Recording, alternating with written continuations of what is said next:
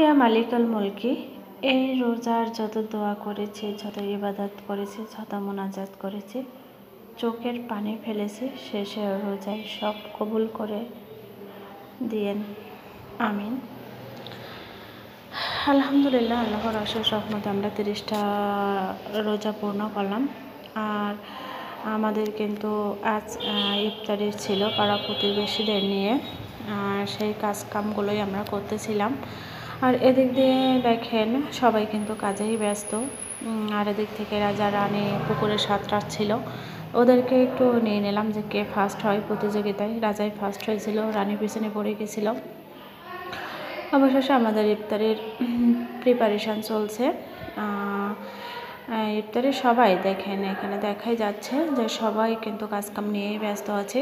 তো যাই হোক, আমাদের আশেপাশে যত আত্মীয় স্বজন আছে সবাইকে আমরা দিয়ে দেব। আজকে শেষ ইফতারি আমাদের। আলহামদুলিল্লাহ, সে আল্লাহর কাছে অশেষ মেহেরবান যে আল্লাহ পাক আমাদের 30টা রোজা রাখার তৌফিক দিয়েছেন। জানি না সামনের রমজানে আমরা এরকম সুন্দর একটা দিন পাবো কি না।